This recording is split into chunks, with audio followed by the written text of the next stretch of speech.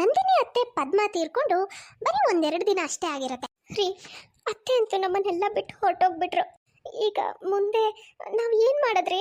ಏನು ಮಾಡೋದು ಅಂದರೆ ಏನು ನಂದಿನಿ, ಏನು ಮಾಡಬೇಕು ಅಂತ ನಿನಗೆ ಗೊತ್ತಿಲ್ವಾ? ಅಮ್ಮಂದು ಏನು ಕಾರ್ಯ ಮಾಡಬೇಕು ಅದನ್ನು ಮಾಡಬೇಕಷ್ಟೇ. ಯಾರಾದರೂ ತೀರ್ಕೊಂಡ್ಮೇಲೆ ಮಾಡೋ ಕಾರ್ಯದ ಬಗ್ಗೆ ಗೊತ್ತಿಲ್ವಾ ನನಗೇನು? ಎಲ್ಲ ಗೊತ್ತು. ಆದರೆ ರೀ, ಈ ಸಮಸ್ಯೆ ಏನಾಗಿದೆ ಅಂದರೆ ಇದೇ ಟೈಮಲ್ಲೇ ನನ್ನ ತವ್ರ ಮನೇಲೂ ಮದುವೆ ಇದೆ. ಅದು ನಮಗೆ ತುಂಬ ಹತ್ತಿರದವ್ರ ಮದುವೆ. ನಾವು ತಪ್ಪಿಸೋ ಹಾಗೂ ಇಲ್ಲ. ನಾವಿಲ್ಲಿ ಅತ್ತೆ ಕಾರ್ಯ ಮಾಡ್ತಾ ಕೂತ್ಕೊಂಡ್ರೆ ಅಲ್ಲಿ ಮದುವೆ ಫಂಕ್ಷನಿಗೆ ಹೋಗೋಕ್ಕಾಗಲ್ಲ. ಹೌದಲ್ಲ, ನಾನು ಮರ್ತೇ ಬಿಟ್ಟಿದ್ದೆ ನೋಡು. ಹೌದು, ನಿನ್ನ ತವ್ರ ಮನೇಲಿ ಮದುವೆ ಇದೆ. ಅಯ್ಯೋ ದೇವ್ರೆ, ಇದು ಒಳ್ಳೆ ಕತೆ ಆಯ್ತಲ್ಲ. ಈ ಕಡೆ ಅಮ್ಮನ ಕಾರ್ಯನೂ ಮಾಡದೇ ಇರೋಕ್ಕಾಗಲ್ಲ. ಮಾಡಲಿಲ್ಲ ಅಂದರೆ ಅಮ್ಮನ ಆತ್ಮಕ್ಕೆ ಶಾಂತಿ ಸಿಗಲ್ಲ. ಅಯ್ಯ ಸುಮ್ಮನಿರಿ. ನಿಮ್ಮಮ್ಮನ ಆತ್ಮಕ್ಕೆ ನನಗೆ ಕಾಟ ಕೊಡೋದ್ರಿಂದ ಮಾತ್ರ ಶಾಂತಿ ಸಿಗುತ್ತೆ ಹೊರತು ಯಾವ ಪೂಜೆ ಗೀಜೆ ಮಾಡೋದ್ರಿಂದ ಶಾಂತಿ ಸಿಗೋದಿಲ್ಲ. ಈಗ ಹೇಗೂ ನಿಮ್ಮಮ್ಮ ಬದುಕಿಲ್ವಾ? ಈಗ ಅವರಿಗೆ ನನಗೆ ಕಾಟ ಕೊಡೋಕ್ಕೆ ಸಾಧ್ಯ ಇಲ್ಲ ಅಂದಮೇಲೆ ನಿಮ್ಮಮ್ಮನ ಆತ್ಮಕ್ಕೆ ಶಾಂತಿ ಸಿಗಕ್ಕೂ ಸಾಧ್ಯ ಇಲ್ಲ. ಏನು ಅಂತ ಮಾತಾಡ್ತೀಯ ನಂದಿನಿ? ಹಾಗಂತ ನಾವು ಕಾರ್ಯ ಮಾಡದೇ ಇರೋಕ್ಕಾಗುತ್ತಾ? ನೋಡ್ರಿ, ಬೇಗ ಒಬ್ರು ಪಂಡಿತರನ್ನ ಕರೆಸಿ ಅವರೇ ಏನಾದರೂ ಉಪಾಯ ಹೇಳ್ತಾರೆ. ಏನೇ ಇದ್ರೂ ನಾನಂತೂ ನನ್ನ ತವ್ರ ಮನೆ ಮದುವೆಗೆ ಹೋಗೋದನ್ನ ತಪ್ಸಕ್ಕೆ ಸಾಧ್ಯ ಇಲ್ಲ. ಹೋಗಲೇಬೇಕು. ರಾಕೇಶ್ ಸ್ವಲ್ಪ ಹೊತ್ತಲ್ಲೇ ಪಂಡಿತರನ್ನ ಮನೆ ಕರೆಸ್ತಾನೆ. ಹೇಳಪ್ಪ ರಾಕೇಶ್, ಏನೋ ಅರ್ಜೆಂಟಾಗಿ ಬನ್ನಿ ಅಂತ ಹೇಳಿದೆ. ಏನು ಹೇಳು, ಏನು ಸಮಸ್ಯೆ? ಸಮಸ್ಯೆ ಏನಂದರೆ ಗುರುಗಳೇ, ನಮ್ಮ ತಾಯಿ ತೀರ್ಕೊಂಡಿರೋ ವಿಷಯ ನಿಮಗೆ ಗೊತ್ತು. ಈ ಕಡೆ ನನ್ನ ಹೆಂಡತಿ ತವ್ರ ಮನೆಯಲ್ಲಿ ಒಂದು ಮದುವೆ ಫಂಕ್ಷನ್ ಇದೆ, ಅದಕ್ಕೂ ನಾವು ಹೋಗಲೇಬೇಕು. ಈ ಕಡೆ ಅಮ್ಮನ ಕಾರ್ಯ ಬೇರೆ ಮಾಡಬೇಕು. ಅದನ್ನು ಮಾಡದೆ ನಾವು ಫಂಕ್ಷನ್ಗೂ ಹೋಗೋಕ್ಕಾಗಲ್ಲ. ಈ ಕಡೆ ಫಂಕ್ಷನಿಗೆ ಹೋಗದೆ ಇರೋಕ್ಕೂ ಆಗಲ್ಲ, ಅಲ್ಲೂ ಹೋಗಲೇಬೇಕು.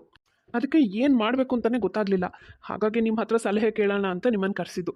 ಓಹ್ ಹಾಗ ನೋಡಪ್ಪ, ಮನುಷ್ಯನ ಆತ್ಮ ದೇಹದಿಂದ ಆಚೆ ಬಂದಮೇಲೆ ಕೆಲವು ದಿನಗಳವರೆಗೂ ಇಲ್ಲೇ ಸುತ್ತಾಡ್ತಾ ಇರುತ್ತೆ. ಅವ್ರು ಇದ್ದ ಮನೆಗೂ ಬರುತ್ತೆ. ಅವರ ಆತ್ಮಕ್ಕೆ ಶಾಂತಿ ಸಿಗೋವರೆಗೂ ಇಲ್ಲೇ ಸುತ್ತಾಡ್ತಾ ಇರುತ್ತೆ. ಹಾಗಾಗಿ ಅವ್ರ ಆತ್ಮಕ್ಕೆ ಶಾಂತಿ ಸಿಗಲಿ ಅಂತಲೇ ನಾವು ಪೂಜಾ ಕಾರ್ಯಗಳನ್ನು ಮಾಡ್ತೀವಿ. ಹಾಗಾಗಿ ಈ ಕಾರ್ಯ ಮಾಡೋದು ತುಂಬ ಮುಖ್ಯನಪ್ಪ. ನೀವು ನೋಡಿದ್ರೆ ನಾವು ಮದುವೆಗೆ ಹೋಗಬೇಕು ಅಂತ ಹೇಳ್ತಿದ್ದೀರಾ. ಏನು ಹೇಳಬೇಕು ನಿಮಗೆ ಅಂತಲೇ ನನಗೆ ಗೊತ್ತಾಗ್ತಿಲ್ಲ. ಇನ್ನೇನು ತಾನೇ ಮಾಡೋಣ ಹೇಳಿ ಗುರುಗಳೇ? ನಮ್ಮತ್ತೆ ಏನು ಚಿಕ್ಕ ವಯಸ್ಸವರ? ಅವ್ರಿಗೆ ಆಲ್ರೆಡಿ ವಯಸ್ಸಾಗಿತ್ತು, ತೀರ್ಕೊಂಡ್ರು. ಹಂಗಿರ್ಬೇಕಿದ್ರೆ ಅವರು ನೆನೆಸ್ಕೊಂಡು 3 ಹೊತ್ತು ಅಳ್ತಾ ಕೂರಕ್ಕಾಗುತ್ತಾ? ಹೋಗಲೇಬೇಕಾದಂಥ ಫಂಕ್ಷನ್ಗಳೆಲ್ಲ ಇದ್ದಾಗ ನಾವು ಹೋಗಲೇಬೇಕಾಗುತ್ತೆ. ಏನು ಮಾಡೋಕ್ಕಾಗಲ್ಲ. ನೋಡಿ ಗುರುಗಳೇ, ಈ ಅತ್ತೆ ಕಾರ್ಯ ಮಾಡದೇ ಇರೋದಕ್ಕೆ ಏನಾದರೂ ಉಪಾಯ ಇದ್ದರೆ ಹೇಳಿ. ಯಾಕಂದರೆ ನಾವಿಲ್ಲಿ ಕಾರ್ಯ ಮಾಡ್ತಾ ಕೂತ್ಕೊಂಡ್ರೆ ನಮಗೆ ಫಂಕ್ಷನಿಗೆ ಹೋಗೋಕ್ಕಾಗಲ್ಲ. ಸರಿ, ನೀವು ಇಷ್ಟೊಂದು ಕೇಳ್ತಿದ್ದೀರಾ ಅಂದರೆ ನಾನು ಒಂದು ಉಪಾಯ ಹೇಳ್ತೀನಿ ನೋಡಿ. ಇನ್ನು ಕೆಲವು ದಿನಗಳಾದಮೇಲೆ ಮಾಡಬೇಕಾಗಿರೋ ಕಾರ್ಯನ ನೀವು ನಾಳೆನೇ ಮಾಡಿಬಿಡಿ. ನಾಳೆನೇ ಮಾಡಿ, ಆಮೇಲೆ ನೀವು ನಿಮ್ದೇನು ಫಂಕ್ಷನು ಅದೇನಿದೆ ಆಮೇಲೆ ಅದಕ್ಕೆ ಹೋಗಿ. ಅಲ್ಲ ಗುರುಗಳೇ, ಈ ಕಾರ್ಯ ನಾವು ಮಾಡಬೇಕಾಗಿದ್ದು ಇನ್ನು ಕೆಲವು ದಿನಗಳು ಆದಮೇಲೆ, ಅದಕ್ಕೆ ಆಗಿರೋ ಒಂದು ಸಮಯ ಇರುತ್ತೆ, ಆ ಟೈಮಲ್ಲಿ ಮಾಡಬೇಕಿತ್ತು. ನೀವು ಹೇಳೋ ಹಾಗೆ ಅದನ್ನು ನಾವು ನಾಳೆನೇ ಮಾಡ್ತಾಯಿದ್ದೀವಿ. ಇದರಿಂದ ಅಮ್ಮನಿಗೆ ಸಮಾಧಾನ ಆಗದೆ ಅಮ್ಮನ ಆತ್ಮ ಏನಾದರೂ ಇಲ್ಲಿ ಬಂದುಬಿಟ್ರೆ? ಸುಮ್ಮನಿರಿ, ನೀವೊಂದು ಏನೇನೋ ಯೋಚನೆ ಮಾಡ್ತೀರಪ್ಪ. ಹಂಗೇನಾದ್ರೂ ನಿಮ್ಮ ಅಮ್ಮನ ಆತ್ಮ ಬಂದರೆ ಆಮೇಲೆ ನೋಡ್ಕೊಂಡ್ರಾಯ್ತು ಬಿಡಿ. ಮಾರನೇ ದಿನನೇ ನಂದಿನಿ ಮತ್ತು ರಾಕೇಶ್ ಇಬ್ಬರು ಬೇಗ ಕಾರ್ಯ ಮುಗಿಸಿ ನಂದಿನಿ ಮನೆ ಫಂಕ್ಷನ್ಗೆ ಹೊರಟು ಬಿಡ್ತಾರೆ. ಅವರು ಆ ಕಡೆ ಹೋಗ್ತಿದ್ದ ಹಾಗೆ ಈ ಕಡೆ ರಾಕೇಶ್ ತಾಯಿ ಪದ್ಮ ಆತ್ಮ ಮನೆಗೆ ಬರುತ್ತೆ. ಅರೆ, ಇದೇನಿದು?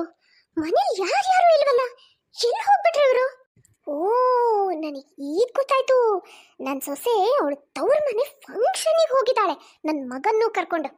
ನನ್ನ ಕಾರ್ಯದ್ಗಿಂತ ಅವಳಿಗೆ ಅವಳು ತವ್ರ ಮನೆ ಫಂಕ್ಷನ್ನೇ ಹೆಚ್ಚಾಯ್ತಲ್ಲ. ಫಂಕ್ಷನಿಗೆ ಹೋಗೋ ಇದರಲ್ಲಿ ನನ್ನ ಕಾರ್ಯನ ಅರ್ಜೆಂಟಾಗಿ ಮಾಡಿ ಮುಗಿಸಿ ಹೋಗಿದ್ದಾಳೆ. ಇಲ್ಲ, ಇವಳು ಮಾಡಿದ್ದು ಸರಿ ಇಲ್ಲ. ನಾನೇನು ಯೋಚನೆ ಮಾಡಿದ್ದೆ ಅಂದರೆ, ನಾನು ಸತ್ತ ಮೇಲೆ ಇವಳು ನನ್ನ ಕಾರ್ಯನ ಅಚ್ಚುಕಟ್ಟಾಗಿ ಮಾಡಿದ್ದೆ ಆದರೆ ಇವಳಿಗೆ ನಾನು ಯಾವುದೇ ತೊಂದರೆ ಕೊಡಬಾರ್ದು ಅಂತ ಅಂದ್ಕೊಂಡಿದ್ದೆ. ಆದರೆ ಇವಳಿಗೆ ಮಾಡ್ತೀನಿ ಇವಳಿಗೆ. ನಂದಿನಿ ಅತ್ತೆ ಪದ್ಮಳ ಆತ್ಮ ಅಲ್ಲೇ ಉಳ್ಕೊಂಡು ನಂದಿನಿ ಮತ್ತೆ ರಾಕೇಶ್ ಬರೋದನ್ನೇ ಕಾಯ್ತಾ ಇರುತ್ತೆ. ಒಂದು 3-4 ದಿನ ಕಳೆದ ಮೇಲೆ ನಂದಿನಿ ಮತ್ತೆ ರಾಕೇಶ್ ಇಬ್ರು ಮನೆಗೆ ಬರ್ತಾರೆ. ನಂದಿನಿ, ನನಗೇನೋ ಮನ್ಸಿಗೆ ಸಮಾಧಾನನೇ ಇಲ್ಲ. ಅಮ್ಮನ ಕಾರ್ಯನ ಅರ್ಜೆಂಟಲ್ಲಿ ಮಾಡಿ ನಾವೇನೋ ಒಂಥರ ತಪ್ಪು ಮಾಡಿಬಿಟ್ವೇನೋ, ನಾವು ಮಾಡಿದ್ದು ಸರಿ ಇಲ್ಲ ಅಂತ ನನಗೆ ತುಂಬ ಅನ್ನಿಸ್ತಾ ಇದೆ. ನಮ್ಮ ರಿಲೇಟಿವ್ಸ್ಗಳು ಕೂಡ ಎಲ್ಲ ಇದನ್ನೇ ಹೇಳ್ತಾ ಇದ್ದಾರೆ. ಸುಮ್ಮನೆ ಇರ್ರಿ, ನೀವೊಂದು ಬೇಡದೇ ಇರೋ ವಿಷಯಕ್ಕೆಲ್ಲ ತಲೆ ಕೆಡ್ಸ್ಕೊಂಡು ಕೂತಿದ್ದೀರಾ. ನೋಡಿ, ಇಲ್ಲಿ ನನ್ನ ತವ್ರ ಮನೇಲಿ ಎಷ್ಟು ಒಳ್ಳೆ ಸೀರೆ ಗಿಫ್ಟ್ ಕೊಟ್ಟಿದ್ದಾರೆ. ಆಮೇಲೆ ಸ್ವೀಟ್ಸು ಅಷ್ಟೇ ಎಷ್ಟೊಂದು ವೆರೈಟಿ ಸ್ವೀಟ್ಸ್ ಕೊಟ್ಟು ಕಳಿಸಿದ್ದಾರೆ. ನನಗಂತೂ ಫಂಕ್ಷನಲ್ಲಿ ಸಖತ್ ಮಜಾ ಬಂತು. ಹಲ್ಕಿಸಿದ್ ನೋಡು, ತವ್ರ ಮನೆ ಸೀರೆ ವೆರೈಟಿ ಸ್ವೀಟನ್ನು ನೋಡ್ಕೊಂಡು ಮಾಡ್ತೀನಿ ಅವಳಿಗೆ. ನನಗೆ ಚೆನ್ನಾಗಿ ಗೊತ್ತು ಇದರಲ್ಲಿ ನನ್ನ ಮಗಂದು ಏನೂ ತಪ್ಪಿಲ್ಲ. ಪಾಪ ಅವನು ಈಗಲೂ ಎಷ್ಟು ಹೊಟ್ಟೆ ಹುರ್ಕೊಳ್ತಾ ಇದ್ದಾನೆ. ಆದರೆ ಇವಳಿಗೆ ಸ್ವಲ್ಪನಾದರೂ ಏನಾದರೂ ಅನ್ನಿಸ್ತಾ ಇದೆಯಾ ನೋಡು. ನಾನು ತೀರ್ಕೊಂಡಿದ್ದು ಇವಳು ಖುಷಿಗೆ ಪಾರನೇ ಇಲ್ಲ ಅನ್ನೋ ಥರ ಆಗೋಗಿದೆ. ಹೋಗಿ ಒಂದು ಕಾರ್ಯನಾದರೂ ನೆಟ್ಟಗೆ ಮಾಡೋ ಮನ್ಸಿತ್ತ ಅವಳಿಗೆ? ಪಾಪ ನನ್ನ ಮಗನಿಗೆ ಎಷ್ಟು ಮನ್ಸಿತ್ತು, ಅವನಿಗೂ ಮಾಡೋಕ್ಕೆ ನೆಟ್ಟಗೆ ಬಿಡಲಿಲ್ಲ. ಮಾಡ್ತೀನಿ ನಿನಗೆ.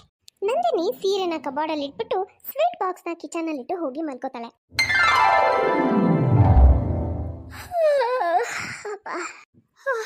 ಒಳ್ಳೆ ನಿದ್ದೆ ಆಯ್ತು.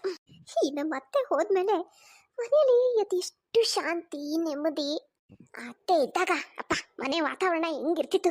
ಮುದುಕಿ ಅಂತೂ 3 ಹೊತ್ತೂ ಕಿಚಿ ಕಿಚಿ ಕಿಚಿ ಕಿಚಿ ಮಾಡ್ತಾನೆ ಇರ್ತಿದ್ಲು. ನನಗಂತೂ ನೆಮ್ಮದಿ ಅನ್ನೋದೇ ಇರಲಿಲ್ಲ. ಅದೇ ಈಗ ಆಹಾ, ನನಗೆ ಯಾರೂ ಕಾಟ ಕೊಡೋರೇ ಇಲ್ಲ. ನಂದೇ ರಾಜ್ಯಭಾರ. ಈಗ ಹೋಗಿ ನನ್ನ ತವ್ರ ಮನೇಲಿ ಕೊಟ್ಟಿದ್ದ ಸ್ವೀಟ್ನ ನಿನ್ನೆ ಇಟ್ಟಿದ್ನಲ್ಲ, ಅದನ್ನು ಆರಾಮಾಗಿ ಕೂತ್ಕೊಂಡು ತಿನ್ಬೇಕು. ಬೆಳಗ್ಗೆ ಬೆಳಗ್ಗೆನೇ ಆಗೋ ಸ್ವೀಟ್ ತಿನ್ಬೇಕು ಅಂತ ಅನಿಸ್ತಿದೆ. ನಂದಿನಿ ಕಿಚನಿಗೆ ಬಂದು ಸ್ವೀಟ್ ತಗೊಂಡು ಬಾಯಲ್ಲಿ ಇಟ್ಕೋತಾಳೆ. ಅಯ್ಯೋ ಬಾಯೆಲ್ಲ ಉರಿ. ರೀ ಬೇಗ ಒಂದು ಸ್ವಲ್ಪ ನೀರು ತರ್ರಿ. ಬಾಯೆಲ್ಲ ಸುಟ್ಟೋಗ್ತಾ ಇದೆ. ಯಾರಪ್ಪ ಮಾಡಿದ್ದು? ಅಯ್ಯೋ ಸತ್ನಪ್ಪ ನಾನು. ಏನಾಯ್ತು ನಂದಿನಿ, ಯಾಕೆ ಕೂಗೋತಾ ಇದೆಯಾ? ಅಯ್ಯೋ ರೀ, ನೀವು ಪ್ರಶ್ನೆ ಆಮೇಲೆ ಮಾಡಿ, ಮೊದಲು ಒಂದು ಸ್ವಲ್ಪ ನೀರು ತಗೊಂಡು ಬನ್ನಿ.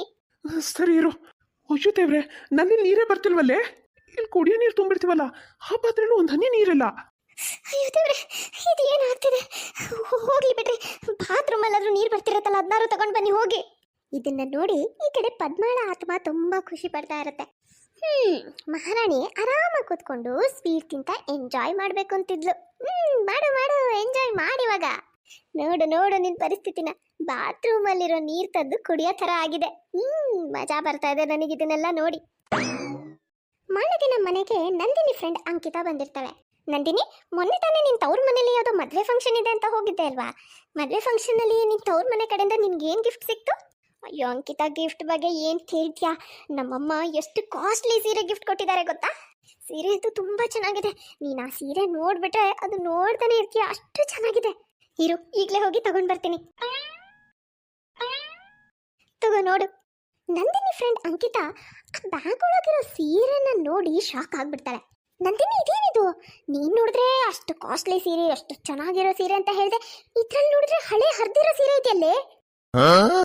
ಅಯ್ಯೋ ದೇವ್ರೆ, ಹೌದು, ಇದು ಹೇಗೆ ಸಾಧ್ಯ? ನಾನೇ ನೋಡಿದ್ದೀನಿ ಅಮ್ಮ ಸೀರೆನ ಈ ಬ್ಯಾಗಲ್ಲಿ ಹಾಕಿ ನನ್ನ ಕೈ ಕೊಟ್ಟಿದ್ದನ್ನ. ಇದರಲ್ಲಿ ಒಳ್ಳೆ ಬನಾರಸ್ ಸೀರೆ ಇತ್ತು. ಅಯ್ಯೋ ದೇವ್ರೆ, ಇದು ಏನಾಗ್ತಾ ಇದೆ? ನನಗೆ ಒಂದು ಅರ್ಥ ಆಗ್ತಿಲ್ಲ. ಎಲ್ಲ ವಿಚಿತ್ರವಾಗಿದೆ. ಸಂಜೆ ಸಮಯ ರೀ, ಮನೇಲಿ ಒಂಥರ ವಿಚಿತ್ರ ವಿಚಿತ್ರ ಘಟನೆಗಳಾಗ್ತಿದೆ ಕಣ್ರಿ. ನೋಡಿ, ನಿನ್ನೆ ರಾತ್ರಿ ನಾನು ಊರಿನ ತಂದಿದ್ದ ಸ್ವೀಟ್ನ ಕಿಚನಲ್ಲಿ ಇಟ್ಟಿದ್ದೆ. ಬೆಳಗ್ಗೆ ತಿನ್ನೋಣ ಅಂತ ಹೋಗಿ ಬಾಯಲ್ಲಿ ಹಾಕೊಂಡ್ರೆ ಸ್ವೀಟು ಖಾರ ಆಗಕ್ಕೆ ಹೇಗೆ ಸಾಧ್ಯ ನೀವೇ ಹೇಳಿ? ಖಾರ ಅಂದರೆ ನಂಗೆ ತಡ್ಕೊಳಕ್ಕಾಗಲ್ಲ, ಅಷ್ಟು ಖಾರ ಫೀಲ್ ಆಯಿತು. ಅದಕ್ಕೆ ನಾನು ಅಷ್ಟು ನಿಮ್ಮನ್ನು ಕೂಕೊಂಡಿದ್ದು ನೀರು ತರಕ್ಕೆ ಹೇಳಿದ್ದು. ಆಮೇಲೆ ನೀವು ನೀರು ತರಕಂತ ಹೋದರೆ ಅಷ್ಟೊತ್ತರೆಗೂ ನೀರು ಬರ್ತಾ ಇತ್ತು ನಲ್ಲಿಯಲ್ಲಿ. ಆದರೆ ಆ ಟೈಮಲ್ಲಿ ನೀರು ಬರ್ತಿರ್ಲಿಲ್ಲ. ಆಮೇಲೆ ಪಾತ್ರೆಯಲ್ಲೂ ಅಷ್ಟೇ ಕುಡಿಯೋ ನೀರು ತುಂಬಿಸಿಟ್ಟಿದ್ದೆ. ತುಂಬಿಸಿಟ್ಟಿದ್ದ ನೀರು ಖಾಲಿ ಆಗಿದೆ. ಆಮೇಲೆ ಕುಡಿಯೋ ನೀರಿಲ್ಲದೆ ಬಾತ್ರೂಮಿಂದ ನೀರು ತಂದು ಕುಡಿಯೋ ಹಾಗಾಯಿತು ನನಗೆ. ಆಮೇಲೆ ಊರಿಗೆ ಹೋದಾಗ ಅಮ್ಮ ಗಿಫ್ಟ್ ಕೊಟ್ಟಿದ್ರಲ್ವ ನನಗೆ ಸೀರೆ, ಎಷ್ಟು ಒಳ್ಳೆ ಸೀರೆ ಕೊಟ್ಟಿದ್ರು, ಬನಾರಸ್ ಸಿಲ್ಕ್ ಸೀರೆ. ಅಮ್ಮ ಪ್ಯಾಕ್ ಎಲ್ಲ ಮಾಡೋವಾಗ ನಾನೇ ಎದುರಿಗಿದೆ, ಎಷ್ಟು ನೀಟಾಗಿ ಪ್ಯಾಕ್ ಮಾಡಿ ಕೊಟ್ಟಿದ್ದಾರೆ. ನಾನು ಹಾಗೆ ಇಟ್ಕೊಂಡು ಬಂದಿದ್ದೀನಿ. ಇವತ್ತು ನನ್ನ ಫ್ರೆಂಡ್ ಬಂದಿದ್ಲು, ಅವಳಿಗೆ ಸೀರೆ ತೋರಿಸೋಣ ಅಂತ ಹೋದರೆ ಆ ಪ್ಯಾಕ್ ಒಳಗೆ ಹಳೆ ಸೀರೆ ಇದೆ, ಹರಿದೋಗಿರೋ ಸೀರೆ ಇದೆ. ಇದನ್ನೆಲ್ಲ ನೋಡಿದ್ರೆ ನನಗಂತೂ ಭಯ ಆಗ್ತಿದೆ ಕಣ್ರಿ. ನನಗನ್ಸೋ ಹಾಗೆ ನಂದಿನಿ, ಅಮ್ಮನ ಆತ್ಮ ಬಂದಿರಬೇಕು, ಅದಕ್ಕೆ ಈ ಥರ ಘಟನೆಗಳೆಲ್ಲ ಆಗ್ತಿದೆ. ಅಷ್ಟು ಖಂಡಿತವಾಗಿ ಹೇಗೆ ಹೇಳ್ತೀರಾ ನೀವು? ಹೇಗೆ ಹೇಳ್ತೀರಾ ಅಂದರೆ, ನಾವು ಅಮ್ಮನ ಕಾರ್ಯನ ಸರಿಯಾಗಿ ಮಾಡಿದ್ವಾ? ಹರಿಬರಿಲ್ ಮಾಡಿ ಸೀದಾ ಎತ್ಕೊಂಡು ಊರಿಗೆ ಹೋದ್ವಿ. ಅದರಿಂದಲೇ ಈ ಥರ ಎಲ್ಲ ಆಗ್ತಾ ಇರೋದು ಅಂತ ಅನ್ಸುತ್ತೆ. ಏನಿಲ್ಲ, ಹಾಗೆಲ್ಲ ಆಗಕ್ಕೆ ಹೇಗ್ರಿ ಸಾಧ್ಯ? ಸುಮ್ಮನೆ ಏನೇನೋ ಹೇಳಬೇಡಿ ನೀವು. ಹಾಗೆಲ್ಲ ಏನೂ ಇರಲ್ಲ. ಸುಮ್ಮನೆ ಏನು ಹೇಳಬಾರ್ದಾ? ಇರ್ಲಿ ನೋಡ್ಕೋತೀನಿ. ಮಾರನೇ ದಿನ ಮಧ್ಯಾಹ್ನ ನಂದಿನಿ ಒಳ್ಳೆ ಖೀರ್ ಮಾಡಿ ಅದನ್ನ ಫ್ರಿಜ್ಜಲ್ಲಿ ಇಟ್ಕೊಂಡು ತಣ್ಣಗೆ ಮಾಡಿಕೊಂಡು ಆರಾಮಾಗಿ ಕುಡಿಯೋಣ ಅಂತ ಕೂತಿರ್ತಾಳೆ. ಮನೇಲಿ ಯಾರೂ ಇಲ್ಲ, ಇವರು ಆಫೀಸಿಗೆ ಹೋದ್ರು. ಒಳ್ಳೆ ಖೀರ್ ಮಾಡಿದ್ದೀನಿ, ಫ್ರಿಜ್ಜಲ್ಲಿ ಇಟ್ಟು ತಣ್ಣಗಾಗಿದೆ. ಈಗ ಆರಾಮಾಗಿ ಕೂತ್ಕೊಂಡು ಕೂಲ್ ಆಗಿರೋ ಈ ಖೀರ್ ಕುಡಿತೀನಿ. ಹೀಗೆ ಅನ್ಕೊಂಡು ನಂದಿನಿ ಖೀರ್ ಕುಡಿಯೋಕೆ ಅಂತ ಹೋಗ್ತಾಳೆ. ಅದು ಬಾಯಿ ಸುಟ್ಟು ಹೋಗ್ಬಿಡುತ್ತೆ, ಅಷ್ಟು ಬಿಸಿಯಾಗಿರುತ್ತೆ. ಫ್ರಿಜ್ಜಲ್ಲಿ ಇಟ್ಟು ತಣ್ಣಗೆ ಮಾಡಿರೋ ಖೀರು ನಾನು ಕುಡಿಯೋವಾಗ ಬಿಸಿ ಆಗಕ್ಕೆ ಹೇಗೆ ಸಾಧ್ಯ? ಬಾಯಿ ಎಲ್ಲ ಸುಟ್ಟು ಹೋಗ್ಬಿಡ್ತು. ಇಲ್ಲ, ಇದೆಲ್ಲ ಸಾಮಾನ್ಯವಾದ ವಿಷಯ ಅಲ್ಲ. ನನ್ಗನ್ಸುತ್ತೆ ರಾಕೇಶ್ ಹೇಳಿದ್ ಸರಿಯಾಗಿದೆ. ಇದಕ್ಕೆಲ್ಲ ಕಾರಣ ಅತ್ತೆನೇ. ಇಂಥ ಕೆಲಸ ಎಲ್ಲ ಮಾಡಕ್ಕೆ ಅವರಿಂದಾನೇ ಸಾಧ್ಯ. ಅತ್ತೆ, ನೀವು ಬದುಕಿದಾಗೂ ನನಗೆ ನೆಮ್ಮದಿಯಾಗಿರಕ್ಕೆ ಬಿಟ್ಟಿಲ್ಲ. ಸತ್ತ ಮೇಲೂ ಕಾಡ್ತಾ ಇದ್ದೀರಲ್ಲ, ನಾನು ಏನು ಹೇಳಿ ನಿಮಗೆ? ಸತ್ತ ಮೇಲೂ ನೀವು ನನ್ನ ಬೆನ್ನು ಬಿಡ್ತಾ ಇಲ್ವಲ್ಲ ದೇವ್ರೇ. ನನಗಂತೂ ಸಖತ್ ಮಜಾ ಬರ್ತಾ ಇದೆ. ಈಗ ನಾನು ಇವಳು ಎದುರಿಗೆ ಹೋಗ್ತೀನಿ, ಇವಳಿಗೆ ಕಾಣಿಸ್ಕೊಳ್ತೀನಿ. ಅತ್ತೆ,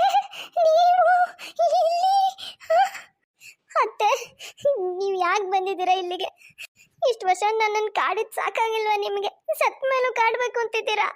ನಾನು ಸತ್ ಮೇಲೆ ನನ್ನ ಕಾರ್ಯಗಳನ್ನು ನೀನು ಸರಿಯಾಗಿ ಮಾಡಿದ್ದೆ ಆಗಿದ್ರೆ ನಾನು ಇಲ್ಲಿ ಬರ್ತಾನೂ ಇರಲಿಲ್ಲ, ನಿನಗೆ ಕಾಟ ಕೊಡ್ತಾನೂ ಇರಲಿಲ್ಲ. ನಾನು ಮಾಡಬೇಕಾಗಿರೋ ಕಾರ್ಯ ಯಾವುದು ಸರಿಯಾಗಿ ಮಾಡಲೇ ಇಲ್ವಲ್ಲ ನೀನು. ಅಂದಮೇಲೆ ನಾನು ಇಲ್ಲಿಂದ ಹೇಗೆ ಹೋಗಲಿ? ಅಯ್ಯೋ ಅತ್ತೆ, ಎಲ್ಲ ಆಗಿದ್ದೇನೋ ಆಯಿತು, ದಯವಿಟ್ಟು ಇಲ್ಲಿಂದ ಹೊರಟೋಗ್ಬಿಡಿ. ನಿಮಗೆ ಕೈ ಮುಗಿತೀನಿ. ಇನ್ಮೇಲಾದರೂ ನೆಮ್ಮದಿಯಿಂದ ಒಂದು ಸ್ವಲ್ಪ ಜೀವನ ಮಾಡಕ್ಕೆ ಬಿಡಿ. ಅಲ್ಲ ಅತ್ತೆ, ಅಷ್ಟಕ್ಕೂ ನಿಮ್ಮ ಕಾರ್ಯ ಏನು ಮಾಡೇ ಇಲ್ವಾ? ನಾನು ಮಾಡಿದ್ದೀನಿ ತಾನೇ. ಮಾಡಿದ್ಯಾ? ಆದರೆ ಯಾವ ರೀತಿ ಮಾಡಬೇಕು ಆ ರೀತಿ ಮಾಡಿದ್ಯಾ? ಅರ್ಜೆಂಟಲ್ಲಿ ಏನೋ ಒಂದು ಮುಗಿಸಿ ಸೀದಾ ಎತ್ಕೊಂಡು ಮದುವೆಗೆ ಹೊರಟದೆ ಅಲ್ವಾ? ನಿನಗೆ ಇಲ್ಲಿ ನನ್ನ ಕಾರ್ಯಕ್ಕಿಂತ ಅಲ್ಲಿ ಮದುವೆಗೆ ಹೋಗಿ ಮೇಕಪ್ ಮಾಡ್ಕೊಂಡು ತಕತೈದಿತ್ತೆ ಅಂತ ಕುಣಿಬೇಕಿತ್ತಲ್ಲ ಅಲ್ಲಿ ಎಲ್ಲರ ಎದುರಿಗೆ ಅಲ್ವಾ?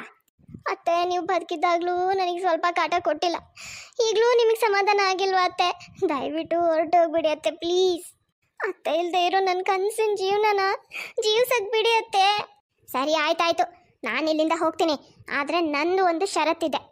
ಹೌದಾ? ಷರತ್ತು ಬೇರೆ ಇದೆಯಾ? ಏನತ್ತೆ? ನನ್ನಿಂದ ಇನ್ನೂ ನಿಮ್ಗೆ ಏನಾಗಬೇಕಾಗಿದೆ ಹೇಳಿ. ನೀನು ನನಗೋಸ್ಕರ ಏನೋ ಮಾಡಬೇಕು. ಗೊತ್ತು ಬಿಡಿ ಅತ್ತೆ ನಿಮಗೇನು ಬೇಕು ಅಂತ. ನಿಮ್ಮ ಕಾರ್ಯ ಸರಿಯಾಗಿ ಮಾಡಬೇಕು ಅನ್ನೋದು ತಾನೇ ನಿಮ್ಮ ಆಸೆ ಇರೋದು. ಸರಿ ಬಿಡಿ, ಇನ್ನೊಂದ್ಸಲ ನಿಮ್ಮ ಕಾರ್ಯನ ಸರಿಯಾಗಿ ಮಾಡ್ತೀನಿ. ಏನೂ ಹೆಚ್ಚು ಕಮ್ಮಿ ಆಗದೆ ಇರೋ ಹಾಗೆ ನೋಡ್ಕೋತೀನಿ. ಆದರೆ ದಯವಿಟ್ಟು ಪ್ಲೀಸ್ ಅತ್ತೆ, ದಯವಿಟ್ಟು ಹೊರಟೋಗಿ. ಬೇಡ ಬೇಡ ಬೇಡ, ನೀನು ಕಾರ್ಯಗಿರಿಯ ಯಾವುದು ಮಾಡೋ ಅವಶ್ಯಕತೆ ಇಲ್ಲ. ಅದರಿಂದ ನನ್ನ ಮಗನ ದುಡ್ಡೇ ಜಾಸ್ತಿ ಖರ್ಚಾಗ್ಬಿಡುತ್ತೆ, ಅವನಿಗೆ ತೊಂದರೆ ಆಗುತ್ತೆ ಆಮೇಲೆ. ಹಾಗಾದರೆ ಮತ್ತೆ ಏನು ಮಾಡ್ಬೇಕು ನಾನು ಹೇಳಿ? ನೀನು ಇನ್ನೂ ಒಂದು 5 ವರ್ಷ ನಾನಿದ್ದಾಗ ಯಾವ ರೀತಿ ಇರ್ತಿದ್ಯಲ್ಲ ಅದೇ ರೀತಿ ಹೆದರ್ಕೊಂಡು ಅಂಜ್ಕೊಂಡು ಅಚ್ಚುಕಟ್ಟಾಗಿ ಎಲ್ಲ ಕೆಲಸ ಟೈಮ್ ಟು ಟೈಮ್ ಮಾಡಿಕೊಂಡು ಆ ರೀತಿನೇ ಇರಬೇಕು. ನಾನಿದ್ದಾಗ ಹೇಗಿದ್ಯೋ ಹಾಗೆ ಇರಬೇಕು. ಸ್ವಲ್ಪನೂ ಏನೂ ಹೆಚ್ಚು ಕಮ್ಮಿ ಆಗೋ ಹಾಗಿಲ್ಲ. ಸತ್ತೋಗಿರೋ ಅತ್ತೆ ಬಂದೇನೋ ಹೇಳಿದ್ಲು ಅಂತ ಅದನ್ನ ನಾನು ಫಾಲೋ ಮಾಡಬೇಕಾ? ಅವಳೇನು ನನ್ನ ಜೊತೆ ಇಲ್ಲೇ ಇದು ಯಾವಾಗಲೂ ನೋಡ್ತಾ ಇರ್ತಾಳ? ಇಲ್ಲ, ನನಗೆ ಇಷ್ಟ ಬಂದಾಗ ಇರ್ತೀನಿ ಅಂತ ನೀನು ಅಂದ್ಕೊಳ್ಳೋ ಹಾಗೆ ಇಲ್ಲ. ಯಾಕಂದರೆ ಇನ್ನೂ ಒಂದು 5 ವರ್ಷ ನಾನು ಹೀಗೆ ನಿನ್ನ ಹಿಂದೆನೇ ಇರ್ತೀನಿ. 5 ವರ್ಷ ನೀನು ನಾನು ಹೇಳ್ದ ಹಾಗೆ ನಡ್ಕೊಂಡ್ಯೋ, 5 ವರ್ಷ ಆದಮೇಲೂ 1 ನಿಮಿಷನೂ ನಾನಿರಲ್ಲ, ಹೊರಟೋಗ್ತೀನಿ. ಇಲ್ಲ ಒಂದು ಸಣ್ಣ ಮಿಸ್ಟೇಕ್ ಮಾಡಿದ್ರು ಜೀವನ ಪೂರ್ತಿ ನಿನ್ನ ಹಿಂದೆ ಇರ್ತೀನಿ ಕಣೆ. ಏನು 5 ವರ್ಷನಾ? ಹೌದು ಕಣೆ, 5 ವರ್ಷ. ನೋಡಿದ್ರಲ್ಲ ಫ್ರೆಂಡ್ಸ್, ಇವತ್ತಿನ ಈ ವಿಡಿಯೋ ನಿಮಗೆ ಸ್ವಲ್ಪನಾದರೂ ಇಷ್ಟ ಆಗಿದ್ರೆ ಪ್ಲೀಸ್ ಚಾನಲ್ನ ಸಬ್ಸ್ಕ್ರೈಬ್ ಮಾಡಿ. ಹಾಗೆ ಪ್ಲೀಸ್ ಲೈಕ್ ಮಾಡೋದನ್ನು ಮಾತ್ರ ಮರಿಬೇಡಿ. ಮುಂದಿನ ವಿಡಿಯೋದಲ್ಲಿ ಮತ್ತೆ ಸಿಗೋಣ. Bye friends.